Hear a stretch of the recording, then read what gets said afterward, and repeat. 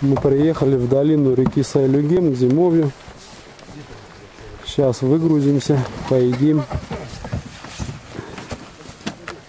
Поедим сейчас тут. И пойдем вон туда, в ту долину.